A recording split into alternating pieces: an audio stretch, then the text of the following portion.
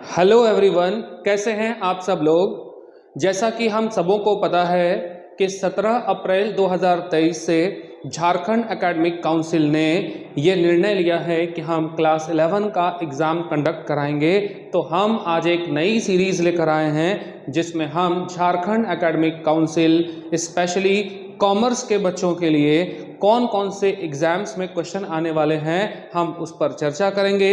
और साथ ही साथ हम देखेंगे कि हमारा पैटर्न कौन कौन सा होने वाला है, और साथ ही साथ हम मॉडल सेट्स की चर्चा करेंगे वन बाय वन कि मॉडल सेट में क्या क्वेश्चन है और उन सभी क्वेश्चन का सटीक आंसर क्या होने वाला है। क्योंकि हम कई सारे यूट्यूब चैनल को देख रहे हैं, वहाँ पर कई सारे जो सवाल हैं उसके गलत उत्तर जो है वो एज एन एडुकेटर होने के बावजूद भी गलत गलत आंसर जो है वो आपको देखने के लिए मिल रहा है।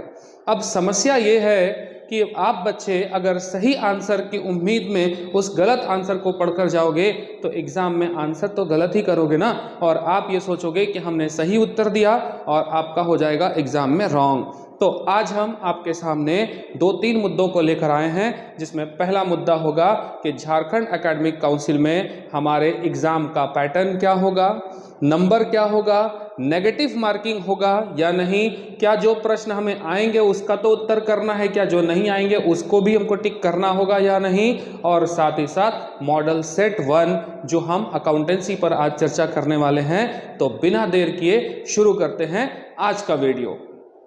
झारखंड एकेडमिक काउंसिल का ये जो आप देख रहे हो सेट, ये कोई मैंने या किसी टीचर ने सैंपल पेपर इशू नहीं किया है। ये झारखंड एकेडमिक काउंसिल की ऑफिशियल वेबसाइट से जो मॉडल प्रश्न पत्र जो है वो आपको जारी किया गया था, ये वही मॉडल पेपर है, कुछ और नहीं है। इस बात को तो आप ध्यान रखिएगा। तो झारखंड एकेडमिक काउंसिल यानी झारखंड शैक्षिक अनुसंधान एवं प्रशिक्षण परिषद रांची, जो झारखंड सरकार वार्षिक परीक्षा 2023 में जो मॉडल पेपर लॉन्च किया था, हम क्लास 11 के लिए पढ़ रहे हैं और सब्जेक्ट हमारा है अकाउंटेंसी। चलिए सबसे पहले देख लेते हैं कुछ सवालों के जवाब, यानी जनरल इंस्ट्रक्शन क्या होने वाला है आपके एग्जाम में। तो मैं सबसे पहले आपको बता दूं कि आपके एग्जाम में कुल मिलाकर 40 प्रश्न होंगे। कितने प्रश्न होने वाले हैं? तो आपकी परीक्षा में कुल मिलाकर आपको ध्यान रखना है कि 40 प्रश्न होने वाले हैं, यानी 40 क्वेश्चन आपको एग्जाम में देखने को मिलेंगे। हर एक प्रश्न का उत्तर देना कंपलसरी है, मतलब कि आपको यहाँ कोई ऑप्शन देखने के लिए नहीं मिलने वाला है। मतलब 1 या 2 और 1 का और ऐसा कोई ऑप्शन नहीं मिलने वाला है। यानी 40 सवाल ही रहेंगे और उन 40 में सभी सवालों का जवाब देना कंपलसरी होगा। यहाँ कोई भी क्वेश्चन आपको ऑप्शन के तौर पर देखने के लिए नहीं मिलेगा। साथ ही साथ बोला गया कि प्रत्येक प्रश्न के लिए एक एक अंक निर्धारित है, यानी जो 40 क्वेश्चन होंगे सब पर एक एक नंबर का क्वेश्चन होगा। तो ऑब्वियसली कितने मार्क्स के क्वेश्चन हो गए? 40 नंबर का आपका एग्जाम होगा। प्रत्येक प्रश्न 4 वैकल्पिक प्रश्न दिए जाएंगे और उन सभी विकल्पों में किसी एक जो विकल्प है उसको आपको चुनना पड़ेगा। मतलब इस लाइन से ये क्लियर होता है कि जो आपके एग्जाम का पैटर्न होगा ना, वो 100% कौन सा होने वाला है? MCQ क्वेश्चन होने वाला है, मल्टीपल चॉइस क्वेश्चन होने वाला है। यानी हर सवाल पर 4 ऑप्शन मिलेंगे, 4 सवाल में से किसी एक को आपको चुन लेना है। अगर सही सवाल का जवाब आप सही चुनते हो तो ऐसे में आपको मिलेगा 1 नंबर, और अगर आप गलत चुनते हो तो ऐसी स्थिति में ध्यान रखिएगा आपका नंबर कटने नहीं जा रहा है। जैसे सारे कॉम्पिटिटिव एग्जाम में SSC, रेलवे, बैंकिंग, ये वो जो भी जितने भी कॉम्पिटिटिव एग्जाम होते हैं उसमें सही नंबर के लिए सही आंसर आपको चुन लिए तो सही नंबर मिलेगा, और अगर आप गलत करते हो तो माइनस मार्किंग होता है। तो हमारे मन में भी ये कन्फ्यूज़न कि कहीं हमारे क्वेश्चन में भी, हमारे एग्जाम में भी माइनस मार्किंग तो नहीं होगा। नहीं, ये आपके लिए बहुत बड़ा पॉजिटिव पॉइंट है। देखो साफ साफ लिखा हुआ है, गलत उत्तर के लिए कोई भी अंक नहीं काटे जाएंगे। मतलब बच्चों याद आपको ये रखना है कि किसी भी कीमत पर एग्जाम में तो कोशिश करोगे आप बेहतर करने का, अच्छा कोशिश करोगे, लेकिन अगर किसी प्रश्न का आंसर आपको नहीं आता है, उत्तर नहीं आता है, तो आप कोशिश करेंगे कि जो उससे आपको सटीक आंसर लगता है आपके विचार से, आप उसको जरूर करेंगे। आपको आंसर पूरा लिखना है, छोड़कर एक भी क्वेश्चन नहीं आना है, क्योंकि अगर आप 5 क्वेश्चन छोड़कर आते हो तो आपका 5 नंबर कट जाएगा। लेकिन 5 में से अगर आप तुक्का भी मारते हो ना, तो 5 में से कम 2 भी सही हुआ तो आपके 2 मार्क्स तो आ गए ना, इसलिए छोड़कर नहीं आना है। तो ये हो गए ये हमारे जनरल इंस्ट्रक्शन। अब हम चलते हैं हमारे क्वेश्चन नंबर 1 की तरफ। और मैं क्वेश्चन नंबर 1 की तरफ जाने से पहले आपको बता दूं कि किसी भी कीमत पर आपको इस बात का पूरा ख्याल रखना है कि चाहे जो कुछ हो, क्वेश्चन तो हमको पूरा करना ही है। लेकिन क्वेश्चन में मैंने आपको पहले भी बताया कि बहुत सारी गलतियां हमें देखने को मिल रही है, और वो गलती अगर हम भी करें तो ये बेवकूफ़ी होगी। इसलिए हम गलती नहीं करेंगे और हर क्वेश्चन का आंसर हम डिटेल में पढ़ेंगे। फायदा ये होगा कि हम एक मॉडल पेपर करेंगे और इस एक मॉडल पेपर से रिलेटेड जितने भी क्वेश्चंस होंगे हम उन सब की तैयारी करेंगे। आप बिलीव कीजिए, आप एक मॉडल पेपर पढ़कर जाएंगे ना, तो आपके एग्जाम में जितने भी क्वेश्चन आएंगे उससे 50% क्वेश्चन तो आपको एक मॉडल से ही पढ़ के मिल जाएगा। लेकिन हाँ, आप डिटेल डिस्कशन करोगे तब। ऐसा नहीं कि हम 40 क्वेश्चन पढ़ के चले गए उसमें से 20 आ जाएगा, ऐसा मैं नहीं कह रहा हूं। हाँ, अगर आप डिटेल पढ़ रहे हो, मेरे वीडियो के साथ अंत तक एकदम बिना स्किप किए अगर बन रहे हो, तो आपको दिखेगा कि हाँ, हमने बहुत अच्छे से पढ़ाई की और हमारे एग्जाम का तैयारी पूरी तरह से हो गया और आप बहुत कॉन्फिडेंस के साथ एग्जाम में जा पाओगे। चलिए देखते हैं हम हमारा क्वेश्चन नंबर 1, और वो भी बिना देरी किए, बिना लेट किए हम क्वेश्चन नंबर 1 की तरफ बढ़ते हैं। देखो, क्वेश्चन नंबर 1 आपसे क्या कहता है, when the first book of book keeping and accountancy was published. पहला किताब है ना, पुस्तपालन और लेखांकन का प्रथम पुस्तक, प्रथम पहला किताब कब लिखा गया था। ध्यान रखिएगा बच्चों, 13वीं शताब्दी में, 13th सेंचुरी में फरा लुका पेशियोली नाम के एक व्यक्ति थे, जिन्होंने 3 मैथमेटिक्स का किताब लिखा था। एक्चुअल में ये एक मैथमेटिशियंस थे, जिसमें किताब का नाम था सुमा डे अर्थमेटिका, जियोमेट्रिका और प्रोपोर्शनैलिटी। कुल मिलाकर ये 2-3 किताबें, चूंकि ये मैथमेटिशियंस थे तो ऑब्वियसली बुक किसका होगा, मैथमेटिक्स का बुक था। लेकिन उन्हीं मैथमेटिक्स के बुक में पहला स्रोत मिलता है जहां व्यापारिक लेन देन को कैसे लिखा जाए, इस बात का जिक्र वहां किया गया था। और वो किताब लिखी गई थी 1494 यानी 1494 के आसपास। इसका मतलब है कि आपका सही आंसर क्या होगा इस किताब का, 1494 यानी 1494 यानी C is the right answer of question number 1। Clear हो गया। अब देखिए, यहां आपसे ना 2-3 क्वेश्चन पूछे जा सकते हैं। अब इसी क्वेश्चन को हम लोग थोड़ा सा तोड़ मरोड़ देते हैं।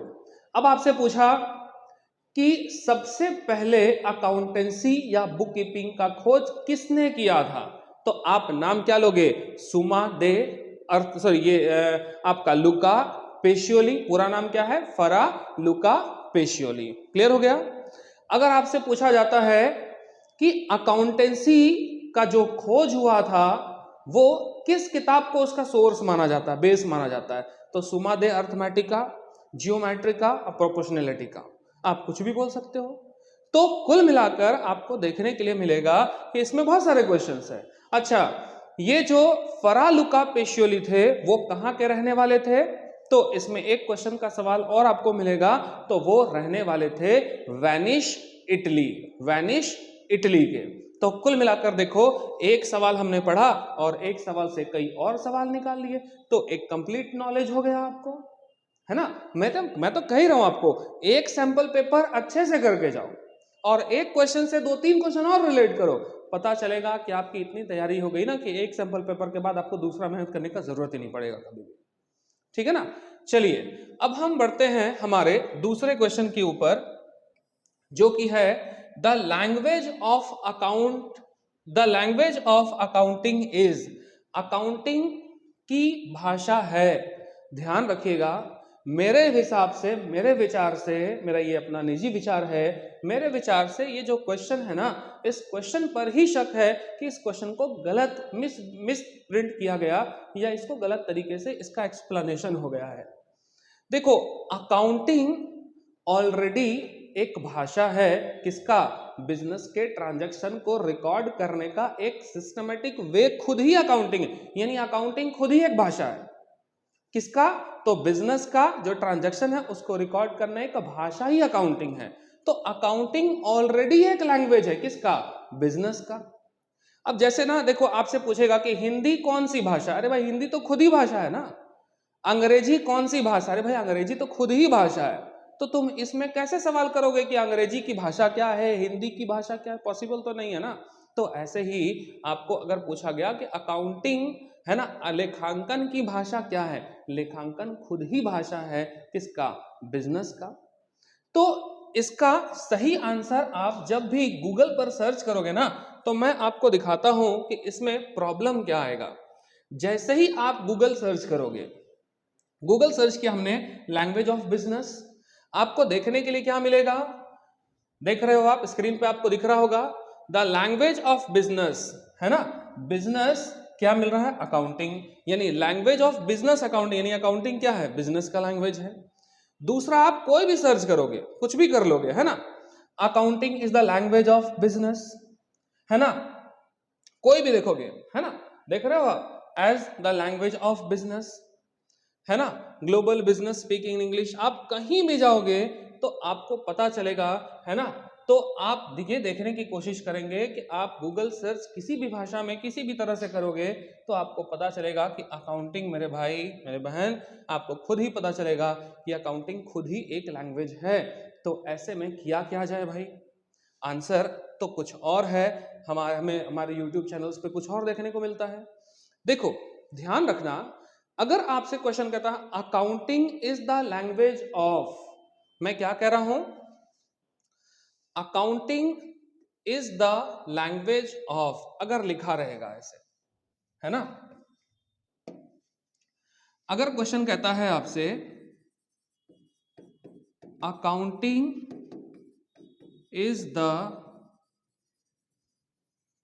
लैंग्वेज ऑफ, तो आंसर आपका क्या होगा? बिजनेस, ठीक है ना। अकाउंटिंग किसकी भाषा है? तो बिजनेस की भाषा है। और कहता है आपसे कि द लैंग्वेज ऑफ अकाउंटिंग,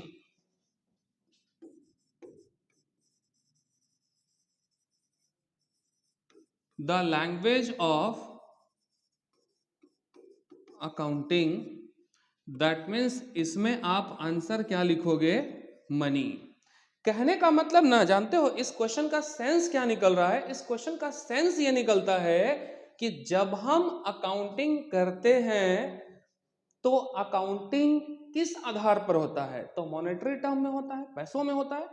यानी अगर आपने 2 चेयर खरीदा, एक चेयर का कीमत है 200, तो आप रिकॉर्ड किस में करोगे? 400 रुपए से करोगे।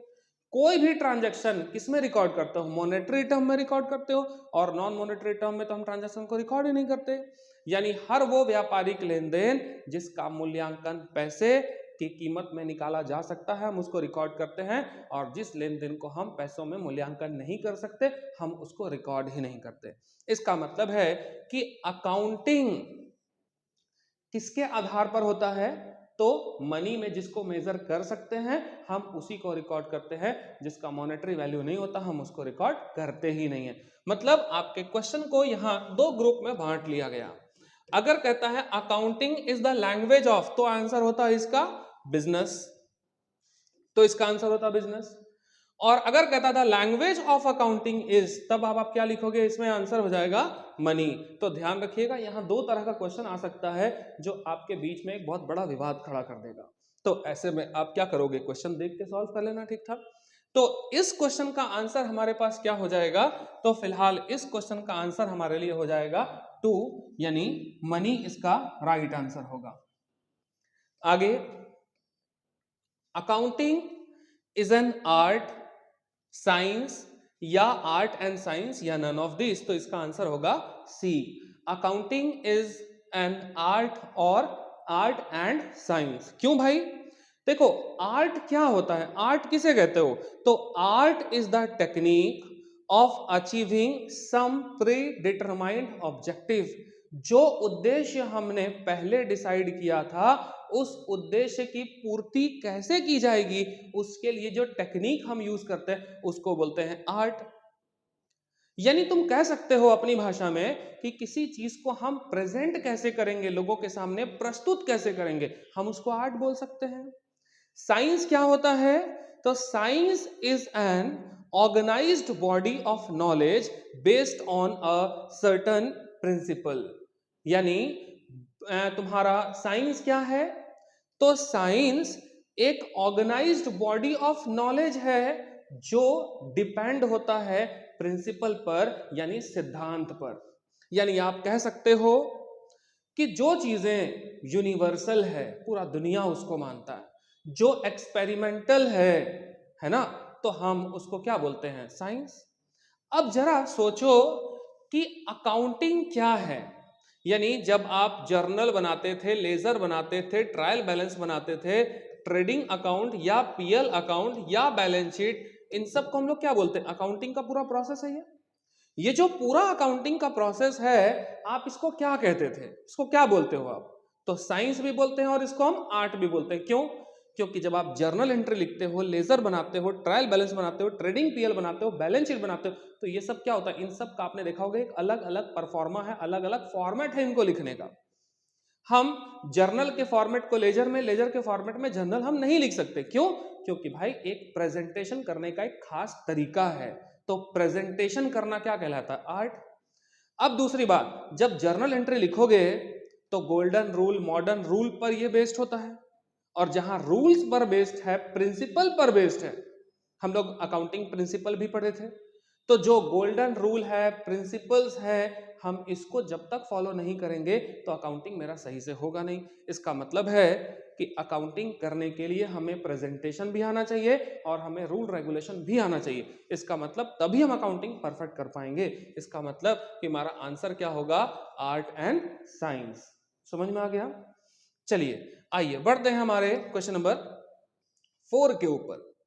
क्वेश्चन नंबर 4 में आपसे कहा गया, क्वेश्चन नंबर 4 जैसे ही आप पढ़ोगे तो क्वेश्चन नंबर 4 कहता है which of these is not fundamental accounting assumptions. इनमें से कौन फंडामेंटल अकाउंटिंग एजम्पशन नहीं है? ध्यान रखिएगा, फंडामेंटल अकाउंटिंग एजम्पशन नहीं है। इसका सही सवाल हो सकता है आपने क्लास में पढ़ा नहीं, या किसी वजह से आपका रह गया हो, तो डिटेल डिस्कशन आपको नहीं मिल पाया, तो थोड़ा सा हम यहां से इसका चर्चा करते हैं। थोड़ा ब्राइटनेस कम कर दूं ताकि आपको दिखे कि मैं लिखना क्या चाह रहा हूं, दिख क्या रहा है। देखिए, सबसे पहले अगर आप यहां देखोगे, क्या कहता है आपसे? काइंड्स ऑफ अकाउंटिंग प्रिंसिपल, यानी अकाउंटिंग प्रिंसिपल कितने प्रकार के होते हैं। तो देखिए, accounting principle, kinds of accounting principle, यानी अकाउंटिंग प्रिंसिपल कितने प्रकार के होते हैं, ये मैं आपके सामने बुक प्रेजेंट कर रहा हूं। ये किताब है डीके गोयल का। तो काइंड्स ऑफ अकाउंटिंग प्रिंसिपल कहता है जी कि अकाउंटिंग प्रिंसिपल हमारे पास दो तरह के होते हैं। एक होता है अकाउंटिंग कंसेप्ट, या जिसको आप एजम्पशन बोलते हो। ध्यान रखना, इसी एजम्पशन से आपके पास आंसर दिया गया है ना। तो एक होता है अकाउंटिंग कंसेप्ट, या जिसको आप एजम्पशन बोलते हो, और दूसरा आपका होता है अकाउंटिंग कन्वेंशंस, यानी एजम्पशन भी होते हैं और कन्वेंशंस भी होते हैं। क्लियर है ना? अब देखो, अकाउंटिंग कंसेप्ट और एजम्पशंस जो होंगे ना, तो अकाउंटिंग एजम्पशंस कितने प्रकार के होते हैं? तो ये देखिए, ये 3 होते हैं अकाउंटिंग कन्वेंशंस। ठीक है ना? तो अकाउंटिंग कन्वेंशंस कितने प्रकार के होते हैं? तो अकाउंटिंग कन्वेंशंस होते हैं 3। ठीक है? गोइंग कंसर्न, कंसिस्टेंसी कंसेप्ट और अक्रूवल कंसेप्ट। याद कैसे रखोगे कि सर कंसेप्ट कितने प्रकार के होते हैं? देखो, बहुत बहुत आसान है याद करना, है ना। GCA, है ना, मतलब गोवा चले आज। याद हो गया आपको? यानी अकाउंटिंग कंसेप्ट कैसे याद होगा? GCA, गोवा चले आज। हो गया अकाउंटिंग कंसेप्ट हमको याद। अब आपसे आपके क्वेश्चन में क्या पूछा गया कि गोवा चले आज, है ना? तो इनको हम लोग क्या बोलते हैं? गोवा चले आज। आपको बार बार मैं रखा गोवा चले आज, ये क्या है? अकाउंटिंग अजम्पशंस हैं। तो अकाउंटिंग अजम्पशंस कौन से नहीं है? आपके क्वेश्चन में ये पूछा गया कि इनमें से अकाउंटिंग अजम्पशंस कौन से नहीं है। तो हमें चलना है कि अकाउंटिंग कंजम्पशंस, अकाउंटिंग अजम्पशंस कौन से नहीं है, हमको उस पर फोकस करना है। तो चलिए देखते हैं हमारे लिए कि अकाउंटिंग अजम्पशंस कौन से नहीं है, हम उस पर फोकस करेंगे। देखो तो क्या कर रहा है? Which of the following is not an accounting assumptions. ये अकाउंटिंग एजम्पशंस इसमें से कौन से नहीं हैं? तो हम तो अभी याद कर लिए ना, अकाउंटिंग एजम्पशंस को याद करने का एक छोटा सा तरीका हमने बताया, गोवा चले आज। तो देखो तो गोवा चले यहां हो गया, और ये रहा देखिए आज, यानी गोवा चले आज ये अकाउंटिंग एजम्पशन है। तो आप ही बताओ ना, नहीं है, कौन सा आंसर होगा? तो ये आंसर इज सी, रूढ़िवादिता। ये आपका आंसर हो गया। यानी उम्मीद है आपको हमारा वीडियो जो है वो पसंद आ रहा होगा, अच्छा लग रहा होगा। अगर आपको हमारे ट्रिक के साथ याद करना अच्छा लगता है तो हमारे चैनल को अभी सब्सक्राइब करें, लाइक करें और दोस्तों के बीच शेयर करें, ताकि हम जो आपके लिए मेहनत कर रहे हैं हमें भी एक प्रेरणा मिले और हम आपको ज्यादा से ज्यादा आगे वीडियो लेकर आएं, ताकि आपके लिए वो हेल्पफुल होगा। आइए देखते हैं क्वेश्चन नंबर 5। करा which from the account of adopt by a businessman. इनमें से किस प्रकार का अकाउंट जो है वो हर बिजनेसमैन जो है वो अडॉप्ट करता है? बिना बहस किए हुए इसका आंसर क्या होगा? Financial accounting. क्यों भाई, क्यों होगा? देखो, अगर आप सोल ट्रेडिंग हो, अकेला व्यापार कर रहे हो, पार्टनरशिप फर्म चला रहे हो, कंपनी चला रहे हो, तो आपको रिक्वायरमेंट सबका है, जरूरत सबका होगा। लेकिन अगर हम बात करें कि एक व्यवसायी के द्वारा, व्यापारी के द्वारा इनमें से किस रूप को अपनाया जाता है, तो ऐसी स्थिति में हम फाइनेंशियल अकाउंटिंग को जो है वो अपनाते हैं। इस चीज को ध्यान रखिएगा। इसके साथ साथ आपको क्वेश्चन नंबर 6 दिया गया। क्वेश्चन नंबर 6 आपसे कहता है कि how many column are there in a journal. जब आप जर्नल एंट्री बनाते हो तो उसमें कॉलम कितने होते हैं? तो पहला कॉलम आपका डेट का होता था, दूसरा कॉलम आप बनाते थे पार्टिकुलर्स का, तीसरा कॉलम आप बनाते थे LF, और दो कॉलम हम बनाते थे अमाउंट का, जिसमें एक होता था डेबिट अमाउंट और दूसरा अमाउंट होता था क्रेडिट अमाउंट। यानी ये हो गया हमारा जर्नल का कॉलम। तो 1 2 3 4 5, यानी हमारा राइट आंसर क्या होगा? सी। तो इसका 5 हो गया आंसर। इसके बाद कहता है 6 नंबर क्वेश्चन आपसे कहता है the goods taken by the proprietor from the business shop are debited to. यदि व्यापारी ने अपने व्यापार से गुड्स यानी सामान निकाला है अपने घरेलू खर्चों के लिए, अपने निजी खर्चों के लिए, तो डेबिट किया जाएगा। किसको? तो देखिए, जब भी हम पैसा निकालते हैं या सामान निकालते हैं पर्सनल यूज के लिए, तो हम डेबिट करते हैं ड्रॉइंग्स अकाउंट डेबिट। टू, अगर हमने कैश निकाला तो कैश, और अगर हमने सामान निकाला है तो हम उसे परचेज लिख सकते हैं, या कुछ लोग इसे गुड्स लिखते हैं, तो आप गुड्स भी लिख सकते हो। आपसे पूछा गया कि एक व्यापारी जब सामान निकालता है अपने बिजनेस से अपने घरेलू खर्चों के लिए, तो हम डेबिट किसे करते हैं? तो डेबिट किसे करते हो? ड्रॉइंग्स को डेबिट करते हो। इसका मतलब कि इसका राइट आंसर क्या होगा? ड्रॉइंग्स। यानी question number C is the right answer of question number 7। 7 के बाद हम क्वेश्चन नंबर 8 पर चलते हैं। कैश अकाउंट क्या है? कैश अकाउंट क्या है? देखो, इससे रिलेटेड क्वेश्चन आपको मिलेगा ही मिलेगा। इससे बढ़िया है कि हम थोड़ा सा अकाउंट 2 मिनट लगेगा, 1 मिनट भी नहीं लगना, पढ़ लेते हैं। देखो, अकाउंट जो है ना, बेसिकली हम पहले उसको 3 अलग अलग ग्रुप में बांट लेते हैं। मैं पर्सनल और इम्पर्सनल की बात नहीं कर रहा, जो मेरा एग्जाम है उसके पॉइंट ऑफ व्यू से। पर्सनल अकाउंट, रियल अकाउंट और नॉमिनल अकाउंट। ठीक है ना। देखो, किसी के भी नाम से खुलने वाला अकाउंट होता है पर्सनल अकाउंट, ध्यान रखिएगा बस। जैसे किसी व्यक्ति के नाम से, किसी फर्म के नाम से, किसी कंपनी के नाम से, किसी बैंक के नाम से, किसी व्यक्ति, किसी फर्म, किसी कंपनी, किसी संस्था, किसी के नाम से खुलने वाला खाता पर्सनल अकाउंट कहलाता है। किसी व्यापार की संपत्ति, असेट, संपत्ति को दिखाने वाला खाता रियल अकाउंट होता है। और अगर प्रॉफिट या लॉस यानी लाभ या हानि, आय या व्यय यानी खर्च, प्रॉफिट, लॉस, इनकम और एक्सपेंडिचर हो रहा है, तो ऐसे खर्चों को हम लोग क्या बोलते हैं, ऐसे अकाउंट को हम बोलते हैं नॉमिनल अकाउंट। यानी कुल मिलाकर आप देखेंगे तो किसी व्यक्ति के नाम को पर्सनल, किसी संपत्ति को रियल, और व्यापार में होने वाला फायदा नुकसान जैसे सैलरी, रेंट, कमीशन, डिस्काउंट, ये सब चीज क्या होता है, नॉमिनल अकाउंट होता है। तो देखो, एक बार आपके मन में अगर कंसेप्ट आ गया ना, तो इससे रिलेटेड कोई भी क्वेश्चन पूछेगा आपसे बनेगा ही बनेगा, ना का तो कोई सवाल ही नहीं उठता। और ये बहुत क्रीम लेवल का क्वेश्चन है। झारखंड एकेडमिक काउंसिल क्लास 11 में ऐसा आंसर आपसे ना पूछे, इसकी उम्मीद तो बहुत कम है, इसलिए इसको देख कर चलिए। ठीक है ना। यानी इसका मेरा आंसर क्या होगा, कैश अकाउंट। देखो, कैश आपके बिजनेस के लिए क्या होता है, असेट्स होता है। और असेट है तो असेट अगर है तो अकाउंट कौन सा होगा, रियल अकाउंट होगा। तो इसका आंसर क्या होगा, 8।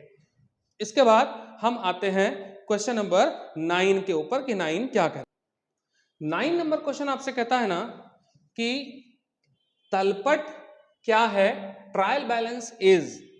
देखो, ट्रायल बैलेंस क्या होता था, ट्रायल बैलेंस हम किसको बोलते थे, तो देखिए ट्रायल बैलेंस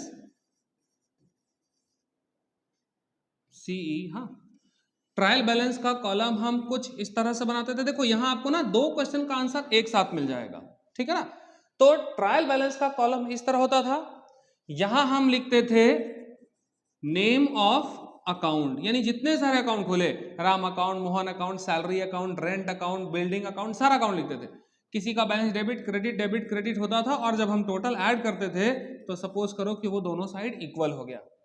अगर वो साइड इक्वल हो गया, इसका मतलब ये माना जाता था कि हमारा ट्रायल बैलेंस सही आया। ट्रायल बैलेंस सही होने का मतलब समझते हैं क्या होता है, कि हमने जर्नल से जब लेजर में पोस्टिंग किया, तो लेजर पोस्टिंग करते समय हमारे पास किसी भी तरह की कोई गलती नहीं हुई है और सब कुछ ठीक ठाक है। इसी को हम लोग क्या बोलते हैं, ट्रायल बैलेंस मैच कर जाना। अब आपसे पूछा कि ट्रायल बैलेंस क्या है, इनमें से ट्रायल बैलेंस क्या है, तो ध्यान रखिएगा, ट्रायल बैलेंस कभी भी अकाउंट नहीं है। ट्रायल बैलेंस क्या होता है, जर्नल से लेजर हमने पोस्ट किया, तो लेजर पोस्टिंग करते टाइम मेरे से कोई गलती तो नहीं हो गया ना। इस गलती को क्रॉस वेरीफाई करने के लिए हम एक स्टेटमेंट बनाते हैं, जिसको हम ट्रायल बैलेंस बोलते हैं। तो ट्रायल बैलेंस कभी भी ध्यान रखिएगा अकाउंट नहीं होता, ट्रायल बैलेंस अकाउंट नहीं होता। तो भाई ट्रायल बैलेंस क्या है, तो पर्सनल अकाउंट, अकाउंट होता ही नहीं है तो पर्सनल, रियल, नॉमिनल का मतलब ही नहीं बनता, एक झटके में खत्म। तो बच क्या गया आपके पास, लिस्ट ऑफ बैलेंस। तो आंसर इसका क्या होगा, लिस्ट ऑफ बैलेंस। अब देखो, इसी से रिलेटेड एक क्वेश्चन है कि ट्रायल बैलेंस क्या है, आगे पढ़ने की जरूरत ही नहीं है। क्या है, एक स्टेटमेंट है ना, एक विवरण है अकाउंट का। तो आपका ट्रायल बैलेंस इज क्या हो गया, स्टेटमेंट हो गया। अकाउंट है नहीं, ये भी अकाउंट, ये भी नहीं, लेजर है ही नहीं, तो इसका मतलब कि बचता क्या है आपके पास, स्टेटमेंट है। तो 10 नंबर का आंसर स्टेटमेंट हो गया। 11 नंबर में क्वेश्चन आओ। 11 नंबर क्या कहता है आपसे, balance of asset account is always. देखो, यहां कभी असेट हो सकता, कभी लाइबिलिटी हो सकता, कभी एक्सपेंसेस, अलग अलग चीज, यानी यहां असेट को बदल बदल के कुछ आपको दे सकता है। तो क्या करोगे, एक चीज याद रख लीजिए, असेट और एक्सपेंसेस यानी संपत्ति और खर्च, इसका बैलेंस हमेशा क्या होता है, डेबिट। असेट का उल्टा लाइबिलिटी, लाइबिलिटी का मतलब उधार या कर्ज। एक्सपेंसेस का उल्टा इनकम और कैपिटल, पूंजी, इसका बैलेंस हमेशा क्या होता है, क्रेडिट। अब आप सोचो, आपको इस जगह कुछ भी बदल के दे दे, क्या फर्क पड़ना है? या असेट लिखे, कैपिटल लिख दे, लाइबिलिटी लिख दे, सैलरी लिख दे, रेंट, कुछ भी लिखेगा, आंसर तो आपको एक झटके में याद होगा, क्योंकि आपको ये दो चीजें याद होनी चाहिए। तो आपसे पूछा कि असेट कौन सा बैलेंस होता है, तो ये रहा असेट। कौन सा बैलेंस होता है? डेबिट।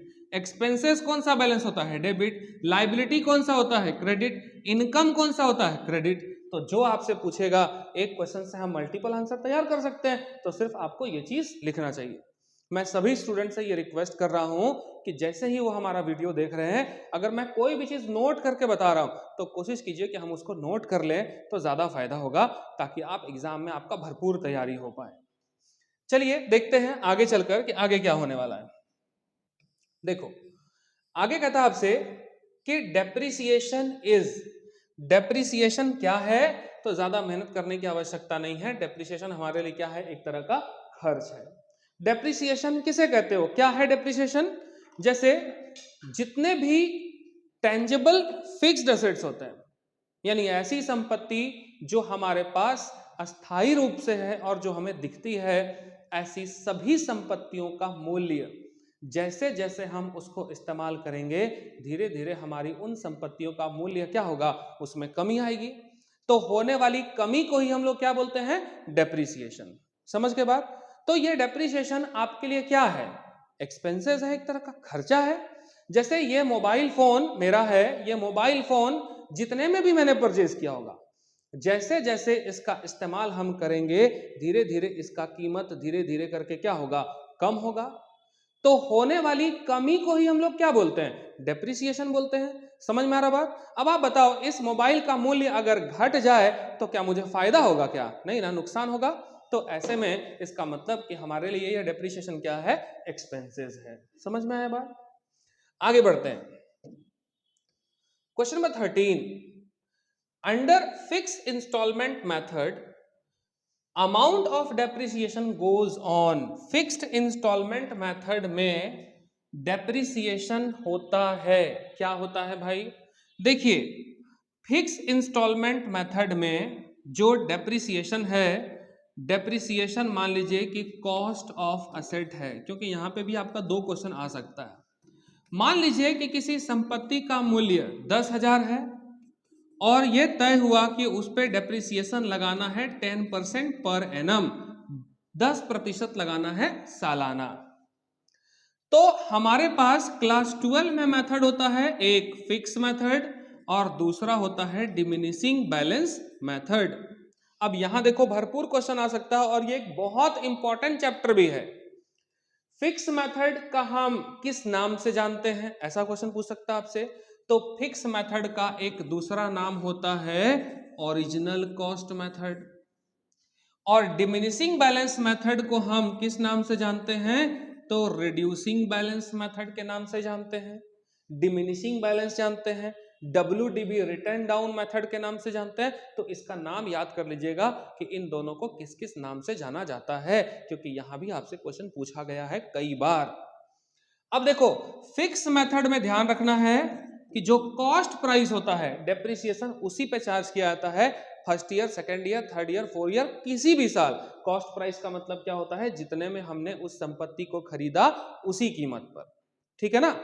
और डिमिनिशिंग बैलेंस मेथड पर कौन सी प्राइस पर होता है?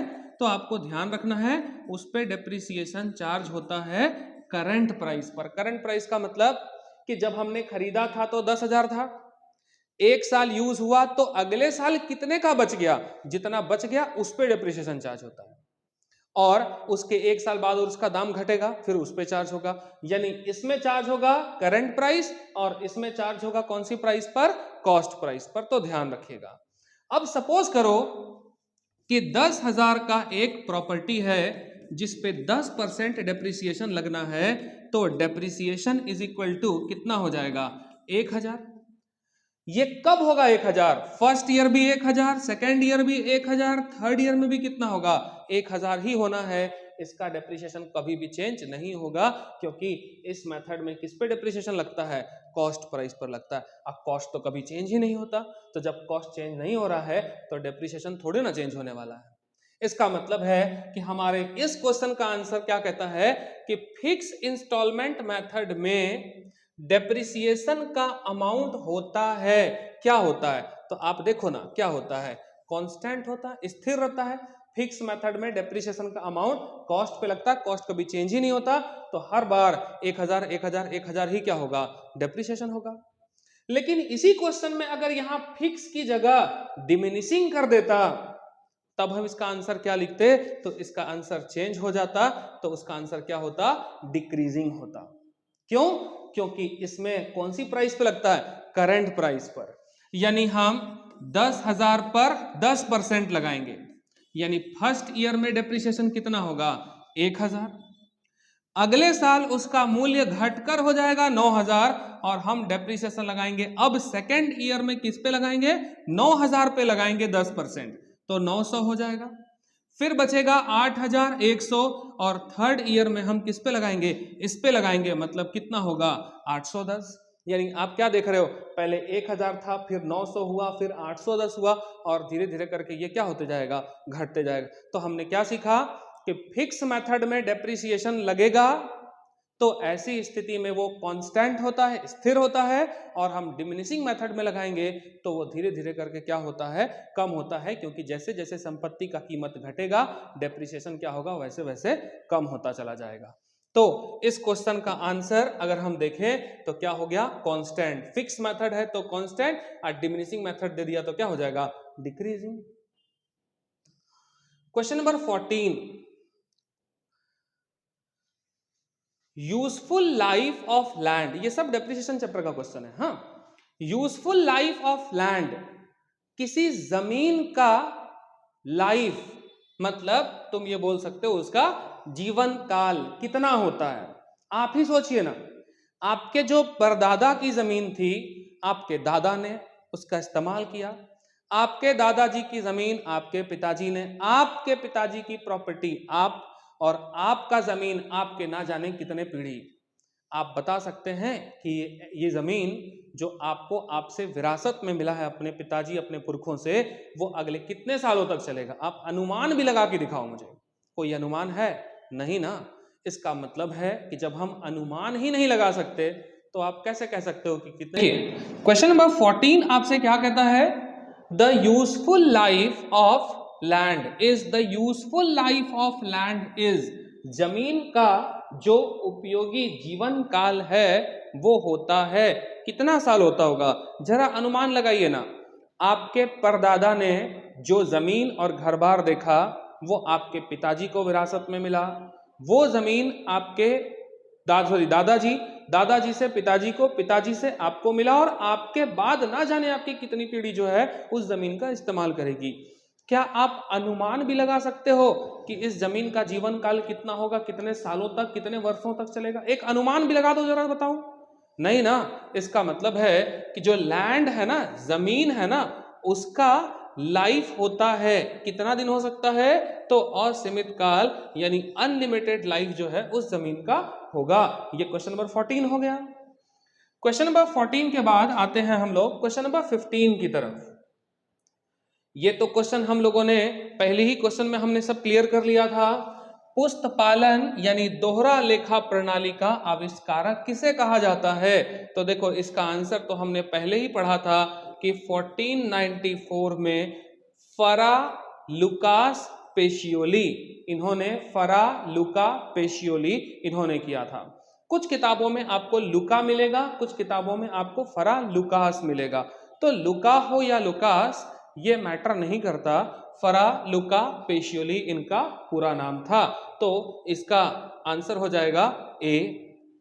इसके बाद हम आगे बढ़ते हैं। क्वेश्चन आपसे पूछा गया कि गोइंग कंसर्न कंसेप्ट है ना, गोइंग कंसर्न कंसेप्ट, तो पहले हम समझते हैं कि गोइंग कंसर्न कंसेप्ट क्या था।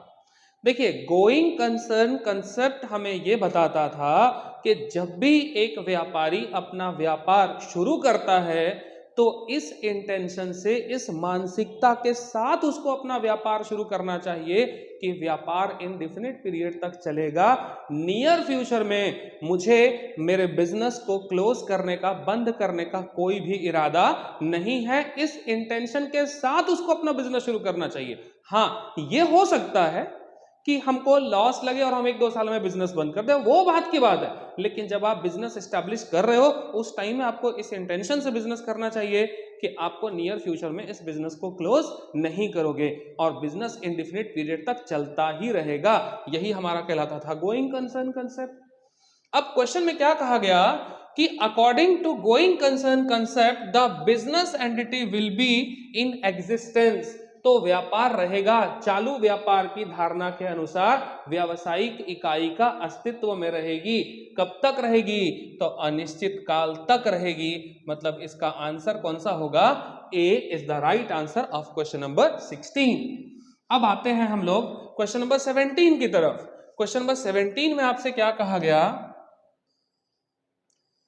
बैंक अकाउंट इज, हमने पहले ही पढ़ा है, नाम से खुलने वाला अकाउंट पर्सनल, किसी व्यापार की संपत्ति को दिखाने वाला अकाउंट रियल, और फायदा नुकसान आय लाभ खर्च इन चीजों को दिखाता है तो हम उसे कहते हैं नॉमिनल अकाउंट। अब आपसे कहा गया बैंक अकाउंट क्या है?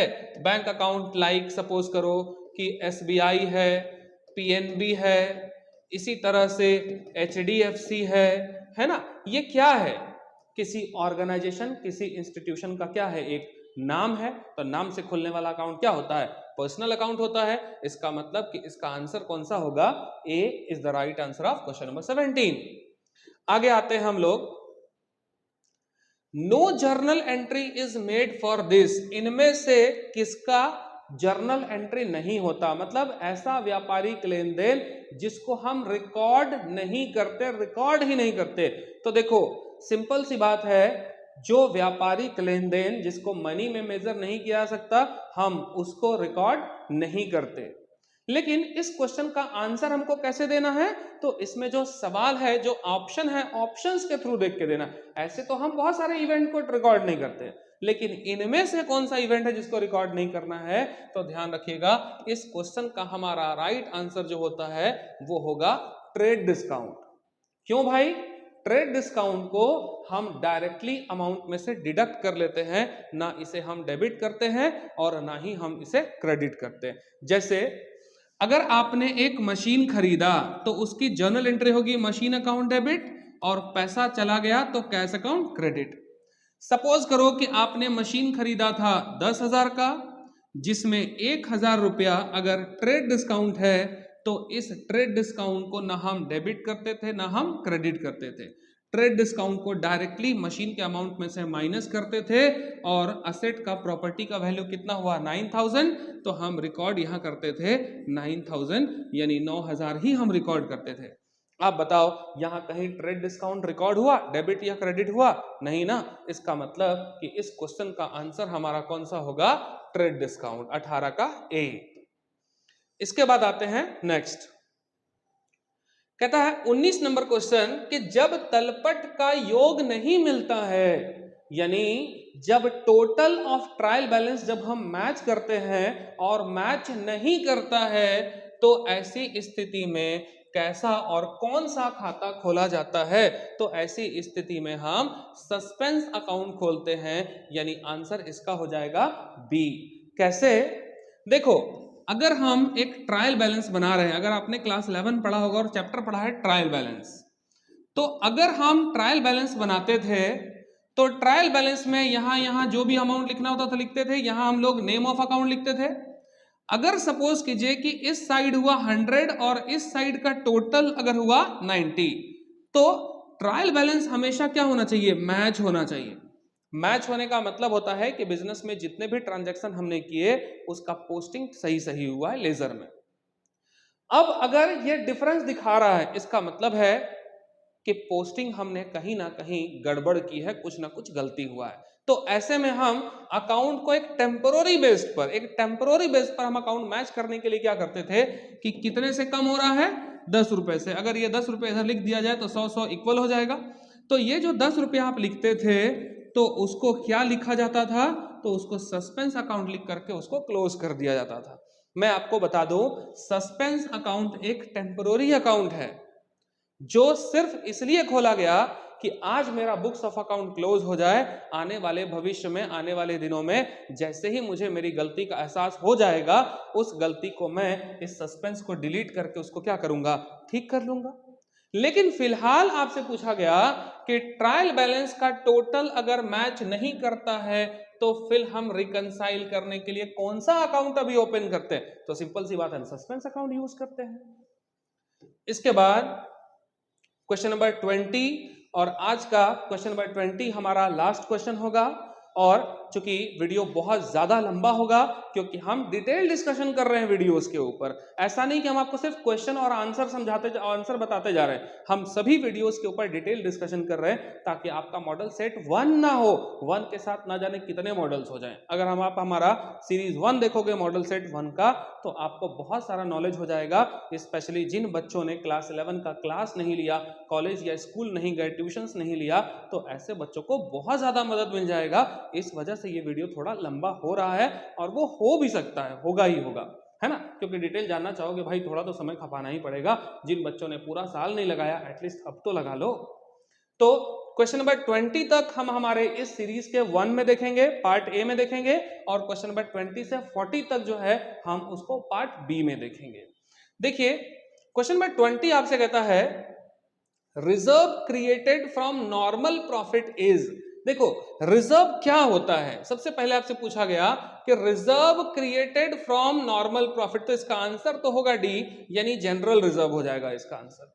यानी प्रॉफिट से रिजर्व कौन सा करते हैं, देखो रिजर्व क्या होता है, प्रॉफिट हुआ है ना आपको बिजनेस में उस प्रॉफिट से कुछ पैसा आप निकाल कर रख लो, क्यों, क्योंकि भविष्य में कुछ काम आएगा, तो हम उसको क्या बोलते हैं, रिजर्व। जैसा देखिए आपके पिताजी आपकी मम्मी अगर वर्किंग होंगे तो मंथली सैलरी में से सब कुछ खर्च करने के बाद वो क्या करते होंगे, उनकी इच्छा होती है कि कुछ ना कुछ पैसा बचा करके पहले क्या करो, सेव कर लो। क्यों भाई, कोई पर्पस तो नहीं है ना, सेव कर लो, बचा लो, लेकिन क्यों बचा लो, तो फैमिली में कोई भी इशू होगा तो उस पैसे का हम इस्तेमाल करेंगे, मतलब आप समझ सकते हो, इसी चीज को हम रिजर्व बोलते हैं। कंपनी भी क्या करती है, कंपनी को प्रॉफिट हुआ, अगर उस प्रॉफिट को कंपनी में पार्टनर्स के बीच बांट दिया जाए, शेयर होल्डर के बीच बांट दिया जाए, और कंपनी में अगर कल को कोई इशू होगा तो पैसा कहां से आएगा फिर, इसलिए प्रॉफिट जैसे ही हुआ उस प्रॉफिट से कुछ पैसा निकाल कर रख दिया गया संभाल कर।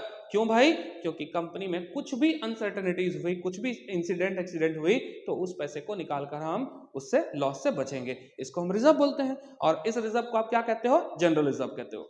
तो कंपनी की प्रॉफिट में से, जो नॉर्मल प्रॉफिट में से जो रिजर्व किया गया, उसका नाम क्या होता है, जनरल रिजर्व। क्लियर हो गया। तो आज के क्लास में हम क्वेश्चन नंबर 20 तक ही देखेंगे, और हमारा पार्ट बी आएगा जब हम क्वेश्चन नंबर 21 से 40 देख लेंगे। क्लियर है। अगर आपको हमारी ये मेहनत, हमारा ये एफर्ट अच्छा लगता है तो अपने दोस्तों के बीच शेयर कीजिए, ताकि हम मोटिवेट हों और आपके लिए हम ज्यादा से ज्यादा वीडियोस जो है और बेहतर वीडियो लेकर के आए। हमारे चैनल पर जो भी वीडियोस हैं, इस बात का मैं दावा करता हूं कि आपको जो भी वीडियोस मिलेंगी ऑथेंटिकेट मिलेंगी, सही जानकारी मिलेगी, एक भ्रामक प्रचार नहीं होगा, एक रिलायबिलिटी के साथ आप हमारे चैनल पर विश्वास कर सकते हो और विश्वास करके पढ़ सकते हो। ऐसा नहीं है कि हवाबाजी करने के लिए कुछ भी कह दो ताकि व्यूअर्स और सब्सक्राइबर मैं बढ़ा लूं। आपको जो भी वीडियोस मिलेगा 100% एक्यूरेसी के साथ मिलेगा, प्रेजेंट एग्जाम्पल के साथ मिलेगा। तो आप बने रहिए हमारे चैनल पर, और हमारा चैनल अगर आपको अच्छा लगता है तो मेहरबानी करके मैं आप सबसे निवेदन करूंगा कि पूरे झारखंड बोर्ड के सभी कॉमर्स के बच्चों को हमारा वीडियोस जो है वो ज्यादा से ज्यादा पहुंचाइए, क्योंकि एग्जाम के बाद भी हम आपको क्लास 12 का पूरा सिलेबस आपको करवाएंगे, और ऑलमोस्ट हम जो है वो पूरा एक चैप्टर क्लास 12 का अपलोड भी कर चुके हैं। और जैसे ही 11 क्लास का एग्जाम खत्म होगा, हम आपको एक एक करके पूरा आपका झारखंड बोर्ड का जो सिलेबस है कॉमर्स का क्लास 12 का, accountancy, business studies, entrepreneurship, economics, हम आपको हर एक का वीडियो, और इनकम्प्लीट वीडियो नहीं दूंगा मैं आपको, जब भी वीडियो दूंगा पूरे चैप्टर का कंप्लीट वीडियो 1 बाय 1 एक एक क्वेश्चन सॉल्व कर लोगे। यानी अब कहीं ट्यूशन जाने की जरूरत नहीं, कहीं भी पेमेंट करने का जरूरत नहीं है आपको। आप ऑनलाइन अगर आप पढ़ना चाहते हैं ऑनलाइन में, तो ऐसे में आप हमारे वीडियो की मदद से, जो लोग दूर दराज में हैं जिन्हें ट्यूशन कोचिंग की सुविधा उपलब्ध नहीं है, आप हमारा वीडियो देख करके आप पढ़ाई कर सकते हो और एग्जाम में अच्छा ला सकते हैं। अगर आपको अधिक जानकारी की जरूरत है और आपको थोड़ा और एक्स्ट्रा सपोर्ट चाहिए, तो लिंक नीचे हमारे टेलीग्राम चैनल का भी दिया हुआ है, आप वहां जाकर के हमारा टेलीग्राम चैनल जो है वो ज्वाइन कर सकते हैं। तब तक के लिए अगले वीडियो का इंतजार कीजिए, जल्दी ही हम सीरीज 2 में, है ना, पार्ट बी का वीडियो लेकर आ रहे हैं। तब तक के लिए धन्यवाद।